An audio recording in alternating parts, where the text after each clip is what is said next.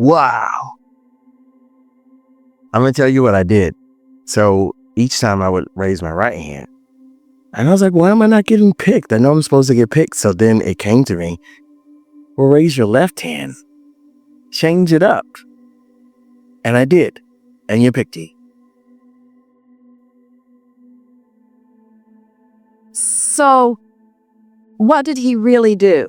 I got in the receptor. What did he really do? He changed his expectation. You gave yourself permission to expect differently because you offered a different action. But we didn't notice which hand was up. But you felt the change of my expectation. There was a shift. There was a shift in your expectation. Expectation is a wonderful concept because expectation is the marriage between desire and belief. In fact, we could say you get what you expect. It's accurate to say you get what you believe, but it's more poignant to say you get what you expect. So if you want something and you don't expect it, it doesn't come about. But that's why after you've had the experience, quite often somebody who's sat in this hot seat before can come again and again and again and again and again because they just expect to be there. They know they're going to have a good dialogue and they just expect to be there. And so their expectation equals their point of attraction. You think Abraham is choosing you. You're choosing you. You're choosing you. You're choosing you. We're just the cooperative component. It's the way it is with everything. Everything is that way. There's nothing that is arbitrarily or in some sort of control dictating what happens in your life experience. It's only you. You choose it all. But a lot of times you're not choosing it deliberately.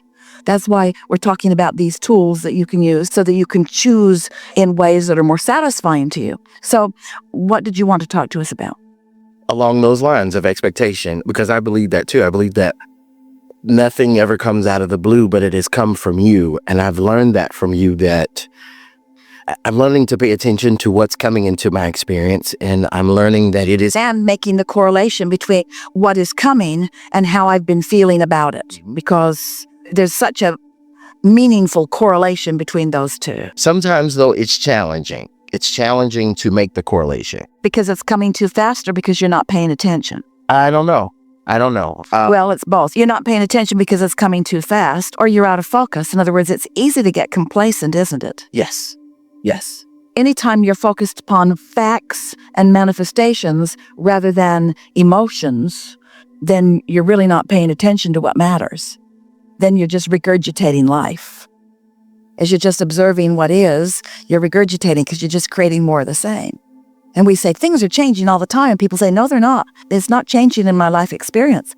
It's different faces in different places, but it's the same old, same old, same old, same old. And we say, that's because you're giving an inordinate amount of your attention to what already is and not enough listening to the new stuff that's coming. And you say, well, it's not fun to listen for the new stuff. It's too subtle. It's too subtle. I want big, bold stuff. And we say, it's true. Most humans would rather feel negative emotion than no emotion because you think you're getting stuff done. Feels more powerful to feel something, you see.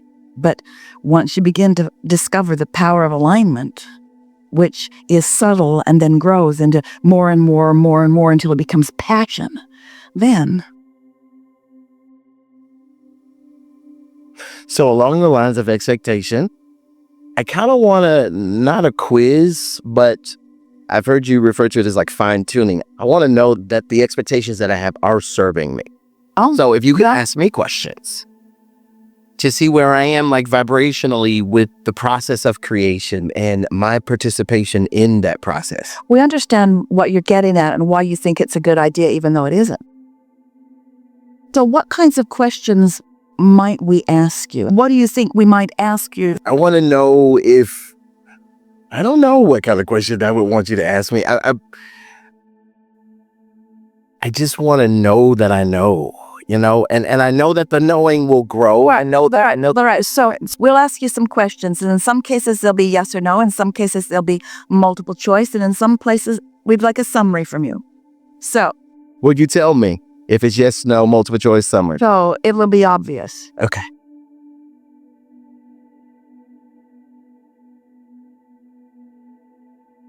Do you have a reason for being here in this physical body? Yes. Is it to make the world a better place, A? Is it to fix things you've got broken in past lives or this life? Or is it for the fun of being here? C, for the fun of being here. Very good. Thank you.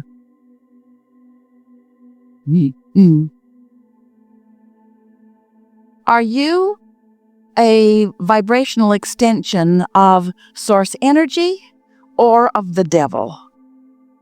Source energy.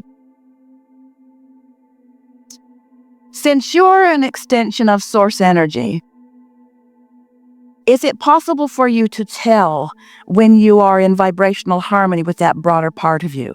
We would like a summary from you about that. Yes, it is possible for me to tell when I'm in vibrational harmony with source energy. And I do that, or I can do that, by the way I feel. When I'm feeling negative emotion, I do realize that I'm not in sync with what source is thinking, what source is observing, the truth of what source knows about life and me. Perfectly stated. Is it important for you to justify your desires, or is launching a desire all that is necessary for bringing it about? Launching the desire is all that's necessary. Yeah. When a desire is in the process of becoming, what is often your personal experience when that is happening? You'd like a summary, please. When it's becoming, When something that you want, and I'm uncomfortable most of the time. Well, no, all of the time. Whenever desires is emanating from me, when that rocket is shooting from me, it is happening as a result of life and things that I'm experiencing that I'm not preferring. and is that discomfort sometimes known as a problem? Yes, sometimes. So as the solution is happening, the problem is too. Yes. Do you think it's possible for you to start enjoying the making of a problem because of your understanding that at the same time you're making a solution? I would like to think that I am starting to. There was something that was said today, and I thought, well, whenever I get in that place where I'm very uncomfortable and I'm thinking about what is uncomfortable and I'm thinking about what I'm wanting and I'm thinking about it not being there, and I get that momentum going, I have been able and I am able to bridge it. I've heard. Well, the reason that we asked this important question to you right here and now is that when we asked that question just now, you all know the answer. You know that if a problem has created a solution, that you have access to a solution. But you don't know that when you're in the problem, No. because you don't have access to the solution when you're in the problem. So that was a very trick question. That was a trick question. And the correct answer should have been, or playing with you, that when I'm in the receptive mode, I know that. But when I'm not in the receptive mode, I don't know that. And that's the difference between our human physical friends who are really enjoying the evolution of their life and those who aren't. Because when you have a problem and you're aware of the problem, if you don't know that there's a solution brewing, well, the reason that you know that when there's a problem that there's a solution brewing is because you've sat in on gatherings like this where you've been in the receptive mode when we've said that. And so you've felt the truth and the resonance of that, you see. So intellectually you know it, where sometimes even Esther will be poking around in some problem, and people who know her are wondering, why aren't you more solution-oriented right now? Because even Esther forgets that. When she's in this mode, she couldn't possibly forget it. When she's tuned in, tapped in, turned on to infinite intelligence, she doesn't forget it. But your state of mind is the reason that you know what you know when you know it. And so the quiz that we're playing with here, of course, when you get all tuned in, tapped in, turned on, there isn't anything that anybody could ask you that you couldn't find a very powerful and well-reasoned and well-spoken answer to. But when you are disconnected from that, then there's not a question simple enough that you could give an accurate answer to it. Because it's not about intellect, and it's not about gathering intelligence, and it's not even about logic. It's about this intuitiveness that comes from connection. Jerry and Esther, when they first moved from Arizona, where they met us, to Texas, they went to a feed store one day and got a box of little chicks who were born in an incubator.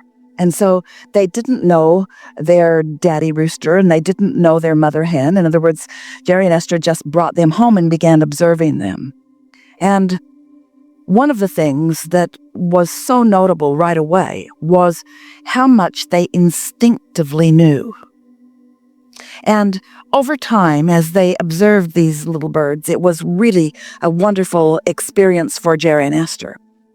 For example, eventually they had several generations of chickens, and the new little rooster, when a butterfly would fly over, would go, warning all the other little hens. And Jerry was so excited when he saw that because he was behaving just like the big rooster did when a hawk flew over.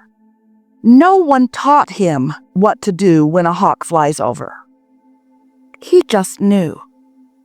One day, little black Henny Penny, Esther's favorite little astrolorp from England, black hen, Big Bird, her rooster, herded her behind the air conditioner and waited for her until she laid her egg.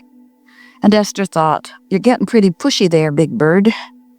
And then the next day, Big Bird herded Henny Penny over behind the air conditioner again, and Henny Penny laid another egg. And she laid a significant pile of eggs. And then one day, she laid her egg and tried to leave, and Big Bird stood there and would not let her leave. She wanted to leave. He herded her back. She wanted to leave. He herded her back. She wanted to leave. He herded her back. And in time, took about 7 or 8 minutes, she sat down. She sat on those eggs for 21 days. And Big Bird brought her a grasshopper and a beetle and a little piece of this and a little piece of that and a little piece of that and a little piece of that and a little piece of that. And then on the 21st day, little eggs began to pop and little feet began to come out of the eggs, and there were 7 chicks out of this pile of eggs. So the little chicks right away were on their feet. They didn't have feathers. They looked like they had fuzz or fur. And the mother bird stayed very close to them, and they stayed very close to her. And on the 2nd or 3rd day, Esther observes her in the chicken yard, and she is scratching, and the little chicks rushed in and ate. And she would dig some more up, and the little chicks would run in and eat. And they learned quickly to stay out of the way of her feet. They stayed back. She dug things up, they would come and eat. She'd dig things up, they would come and eat. She'd dig things up, and they would come and eat. And then one day, she dug some things up, they came to eat, and she pecked them on the head. And Esther said, "Don't be mean to your babies, Henny Penny." Another one came to try to eat. She pecked it on the head. "It's time for you to dig up your own things," she's saying to them. "It's time for you to dig up your own things." And Esther is saying, how does she know that? She did not have a mother. She came out of an incubator. No mother dug anything up for her. How does she know this? And Jerry said, it's instinct. And we said, it's connection. It's connection with broader knowing. What humans want to assign to the animals and call instinct is their natural alignment with who they really are. There's not a storage cabinet. It's not stored in their DNA. It's real-time communication from the inner being of the little chick who is out here on the leading edge with the little chick. Are you following us? You are not puppets on a string. You are co-creators. And there is knowledge of how things work that is deep in the DNA, if you want to call it that, of your inner being. And so here you are out here, little chicks, digging things up and moving through life and coming to new desires and putting desires in the vortex that your inner being then knows about. And as you create a problem, you also create a solution which your inner being focuses upon and then gives you real-time information about how to turn that new thought, so new that it's not even a thought, it's still a vibration, that vibration to a thought and that thought to a thing. Your inner being immediately knows all of that and is feeding that to you real-time. And if you're tuned in, you get the impulse and you know what to do. You don't have to get it from a book. You don't have to go to some sort of school to learn how to satisfy your own quests in life experience, you see.